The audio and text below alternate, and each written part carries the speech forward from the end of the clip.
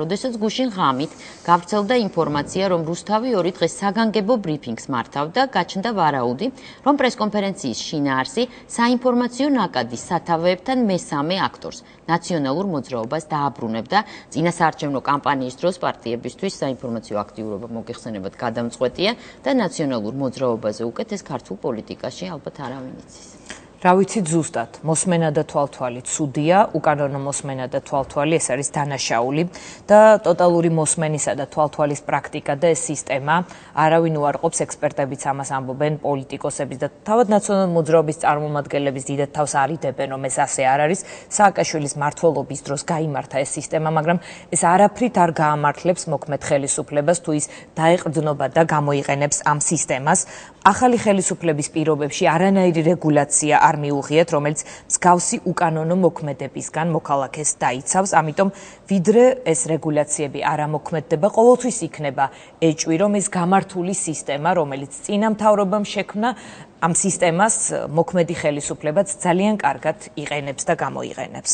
შესაბამისი კანონპროექტის მიღება სურთ არასამთავრობო სექტორის წარმომადგენლებს, საზოგადოების დიდ ნაწილს ალბათ, მაგრამ ეს პროცესიც გარკვეულად ჭიანურდება, მიუხედავად იმისა, რომ მთავრობამ რაღაც გარკვეული ეს უკანონო ჩანაწერების ნაწილი გაანადგურა და თანამშრომლობს სხვადასხვა ორგანიზაციებთან, მაინც რაღაც, ასე ვთქვათ, არის ეჭვი, რომ ეს გაჭიანურების პროცესი კანონპროექტის მიანიშნებს იმაზე, რომ მათ უჭირთ შეელიონ აი ამ ცდუნებას, რომელიც უჩნდება ყველა ხელისუფლებას ალბათ და ყველა სახელმწიფოს, თუმცა მთავრობა საჯაროდ ამბობს, რომ ამ პრობლემას გადაჭრის. პროცესი მაღალი საზოგადოებრივი ინტერესის და სამოქალაქო სექტორის საპროტესტო კამპანიის ფონზე მიმდინარეობს. პროცესის დარეგულირების საქმეში ჩართულები არიან თავად ხელისუფლება, არასამთავრობო სექტორი, ევროპული სტრუქტურების წარმომადგენლები და გოგა ხაჩიძე, რომელიც ხელისუფლებას ამ ხელს ხოლმე პერიოდულად თავისი ჩანაწერებით სატელეფონო ექსპერიმენტებს ატარებს, როგორც მოგეხსენებათ.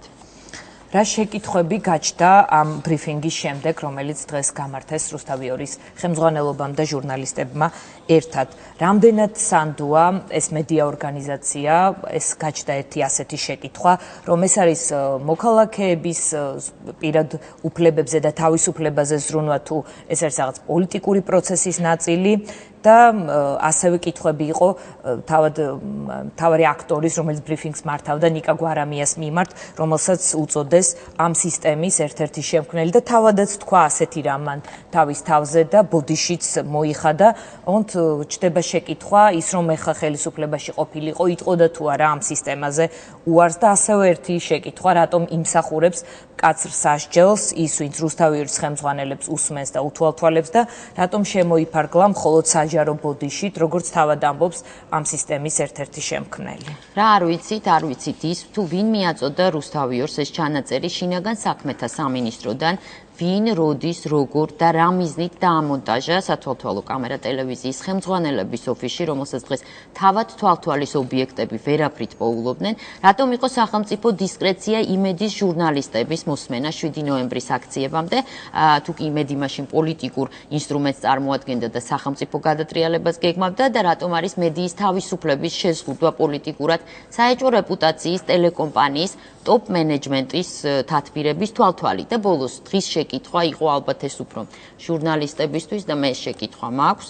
არის თუ არა ზაალ უდუმაშვილი ჩვენი კოლეგა. ანუ ჩვენ ვართ თუ არა ზაალ უდუმაშვილის კოლეგები, ეს კოლეგიალობის თემა არის სადავო ძალიან, რადგან დღემდე არ არის გარკვეული ფაქტიურად ზოგიერთი ამ ტელევიზიის თანამშრომლის პროფესია რეალურად, მაგალითად გვარამია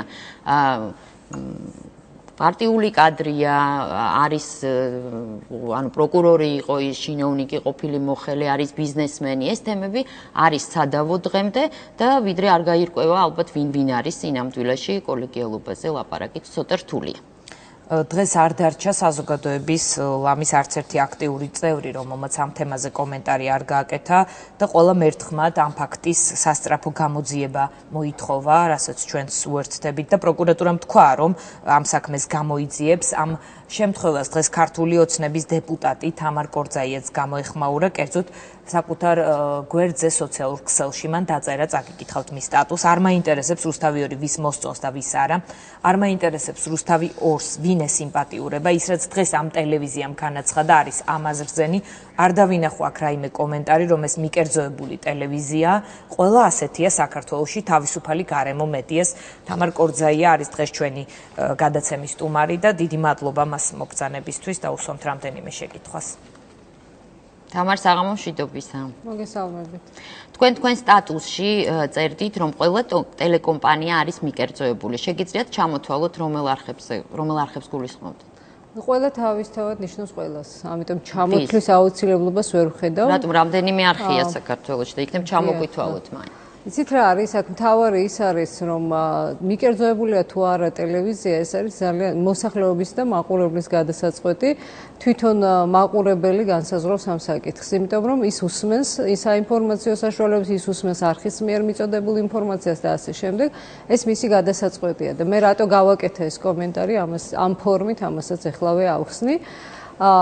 მე პირადად ვთვლი, რომ რუსთავი 2 არის მიკერძოებული ტელევიზია, მაგრამ მთავარი არის ის, რომ ის არის ტელევიზია.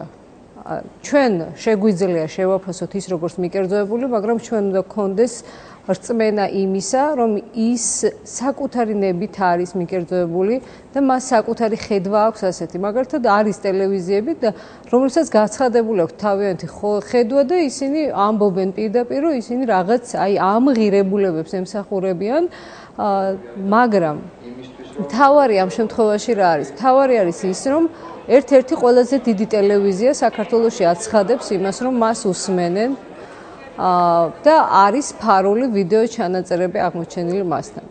ყველაზე დიდი პრობლემა ამაში არის ის, რომ არ აქვს მნიშვნელობა ვინ დაამონტაჟა ეს ვიდეო თვალი. აბსოლუტურად, რა თქმა უნდა, შესაძლოა ხარისხის მიხედვით გაცილებით მძიმე იყოს, რომ ხელისუფლება ამონტაჟებს, მაგრამ ეს აქ რა თქმა უნდა არ იკვეთება.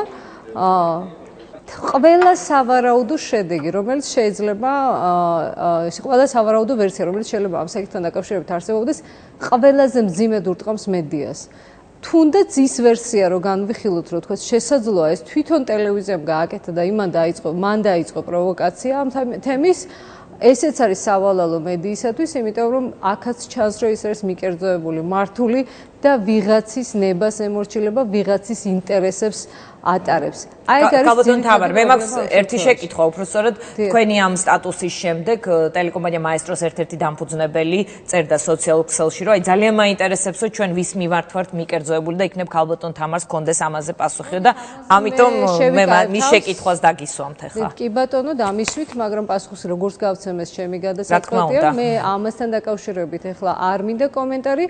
თქვენ ტელევიზიასთან დაკავშირებითაც, როდესაც ამ ტელევიზიას ჰქონდა პრობლემები, მე მგონი მე ვიყავი ერთ-ერთი პირველთაგანი, ვინც ყოველთვის მხარში გედგათ. ამიტომ ჩემთვის სულ ერთია, რომელ ტელევიზიას ექნება პრობლემა ამ ქვეყანაში და რა სტატუსი მექნება მე ამ ქვეყანაში, მე ვთვლი, რომ გამოხატვის თავისუფლება არის ის ღირებულება, რომელსაც დაცვა სჭირდება ნებისმიერი ადამიანისგან ამ ქვეყანაში. გასაგებია თამუნა, მაგრამ თქვენი როგორც პოლიტიკოსის განცხადება რამდენად კორექტული იყო, როდესაც თქვენ დღეს თუნდაც მაესტრო ერთ ქვაბში მოხარშეთ რუსთავი 2-თან. თქვენ თვლით, რომ რუსთავი 2 მხოლოდ მიკერძოებულია, იმიტომ რომ რუსთავი 2-თან დაკავშირებით, მის წარსულთან დაკავშირებით ძალიან ბევრი შეკითხვა არსებობს. ხომ არ იჩქარეთ და ხომ არ იყო ეს არასწორი თქვენი როგორც პოლიტიკოსის მხრიდან და ემოციურ ფონზე ხომ არ გააკეთეთ ეს განცხადება? არა, მე არ ვთვლი, რომ ვიჩქარე, ეს მოქალაქეებმა შეაფასონ, შეგიძლიათ თქვენ შეაფასოთ და გამაკრიტიკოთ, მაგრამ რუსთავი, მოდით რა, თუ წარსულში ვიღაცა უშვებდა შეცდომას და იყო ცუდი, მაგალითად ფარული მოსმენა, თუ იყო წინა ხელისუფლების მიერ დანერგილი მავნე პრაქტიკა, მე ვთვლი, რომ ეს პრაქტიკა ნებისმიერი ხელისუფლების პირობებში იქნება ცუდი. თუ წინა ხელისუფლება ახორციელებდა მედიაზე ზეწოლას და ეს იყო ცუდი, დღევანდელი ხელისუფლების მხრიდანაც ნებისმიერ შემთხვევაში ეს იქნება ცუდი.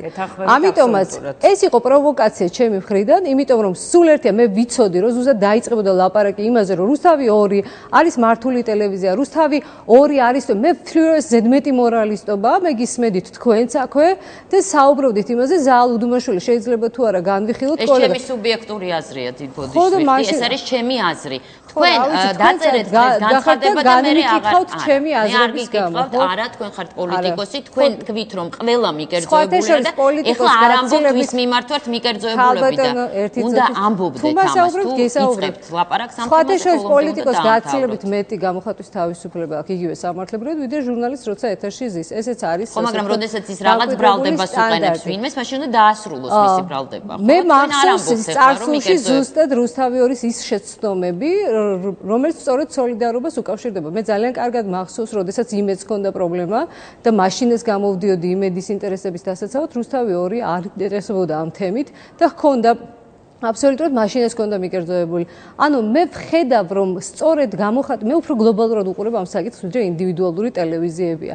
მართლაც არ არსებობს მედია სოლიდარობა ამ ქვეყანაში და მართლაც არ არის თანაგანცდა იმ პრობლემების მიმართ, რაც არის ქვეყანაში. ხო, მაგრამ რაღაც მიზეზი ხომ არსებობს ამის, ქალბატონო თამარ და თქვენ კონკრეტულ შეფასებაზე ვამბობთ. მე ასეთი კომენტარი გავაკეთეთ. დღეს დაიწყეთ ამ თემაზე ლაპარაკი. არა, ქალბატონო თამარ, მე მაქვს დაიწყეთ ამ თემაზე ლაპარაკი და ეხლა ამბობთ, რომ მე აღარ გავაკეთებ კომენტარს. მაშინ რატომ წერთ ისეთ რამეს, რაზეც მე კომენტარს ვერ გავაკეთე?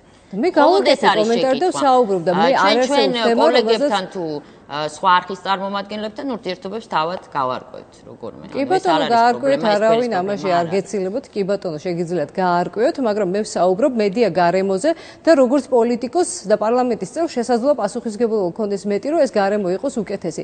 სწორედ ამიტომ პირველმა მე გავაკეთე, რომ უნდა დაიწყოს გამოძიება და გარდა ამისა, მე ვთვლი, რომ დღევანდელი ხელისუფლება გაცილებით უკეთესად მუშაობს თავისი ვალდებულებების ფარგლებში, იმიტომ რომ წინა ხელისუფლებისგან განსხვავებით შემიძლია გითხრათ, რომ პროკურატურას დღეს არ მოუწოდები არც ერთი ვერსია საკუთარი, მან თქვა მარტივად, რომ ის იწყებს გამოძიებას. სამაგიეროდ პრემიერის განცხადება იყო ცოტა პრემიერის არის პოლიტიკური ფიგურა და მან გააკეთა თავისი განცხადება, ზუსტად ისეთივე როგორცაც ახლა ვისმენ ამ ეთერში, ასე რომ არავითარი პრობლემა ამაშიც არ არის. თავარი ის არის ხვალდაზე გრასიტყვის საქართველოს სუბიექტური აზრს ვაფასებ. ქალბატონ თამარ, მე მაქვს ესეთ შეკითხვა. თქვენ წარმოადგენთ მართლ ძალას, ანუ ხართ უმრავლესობის წევრი. აი რას აკეთებ? თქვენი წილი პასუხისმგებლობა რა იმაში, თუ ეს მანკიერი ტრადიცია გრძელდება, თუ წინა ხელისუფლება უსმენდა და ესენი ძალიან კარგად აგრძელებენ აი ამ შემთხვევას თუ მივიღებთ მათ შორის. ძალიან დიდი მადლობა ამ შეკითხვისთვის. ჩვენი წილი პასუხისმგებლობა არის ის, რომ ჩვენთან პარლამენტში არის ინიცირებული კანონპროექტი, რომელიც ითვალისწინებს ფარული მიყურადების სისტემის საერთოდ შეცვლას და ახალი სტანდარტების დამკვიდრებას, რომელიც ადამიანის უფლებებზეა და პირადი ცხოვრების ხელშეუხებლობაზე არის ორიენტირებული და საქართველოს პარლამენტის ფუნქცია სწორედ ამაში მდგომარეობს. და ასევე პარლამენტის წევრის ინდივიდუალური ფუნქციაა დაუსვას შეკითხვები როგორც პროკურატურას, ის ხელისუფლების ნებისმიერ წარმომადგენელს არსებულ ვითარებასთან დაკავშირებით და მე ვთვლი, რომ მე ეს დღეს გავაკეთე. ასეთი ფორმით გავაკეთე. რომ მთავრობა აჭიანურებს ამ პროცესს, რომ რეგულაციები მართლაც იქნას მიღებული. შესაძლოა ეს პროცესი გაჭიანურებულადაც გამოიყურებოდეს. მეც ვისურვებდი, რომ გაცილებით უფრო ადრე მიგვეღო მაგალითად ანტიდისკრიმინაციული კანონი, გაცილებით უფრო ადრე მიგვეღო იგივე ეს კანონმდებლობა, მაგრამ ეს არის პროცესი, სადაც მხარეები არიან ჩართული, სხვადასხვა პოზიციები არსებობს და ჩვენ ვალდებული ვართ აი ეს პოზიციები მოვისმინოთ, გავაბათილოთ ან გავიზიაროთ. მე მაინც მაინტერესებს თქვენ გჯერათ რუსთავიორის განცხადების, რომ მათ უთვალთვალებენ და თუ კი რუსთავიორს უთვალთვალებენ, ხომ არ ფიქრობთ, რომ პოლიტიკურ ოპონენტებსაც უთვალთვალებენ თქვენსაც, რომლებიც ხშირად აკეთებენ ამ თემაზე განცხადებას? და დღეს უკაცრავად თქვენი პოლიტიკური ოპონენტები ამბობენ, რომ პარლამენტის თავმჯდომარესაც კი უთვალთვალებენ, თქვა სისტემის შიგნით თავისივე გუნდის წევრებს. იცით რა, ჩემი პოლიტიკური ოპონენტების უკან არ დგას არც ერთი კადრი. რუსთავი 2-მა დღეს გაავრცელა და საზოგადოებას აჩვენა კადრები. ეს არის ფაქტი.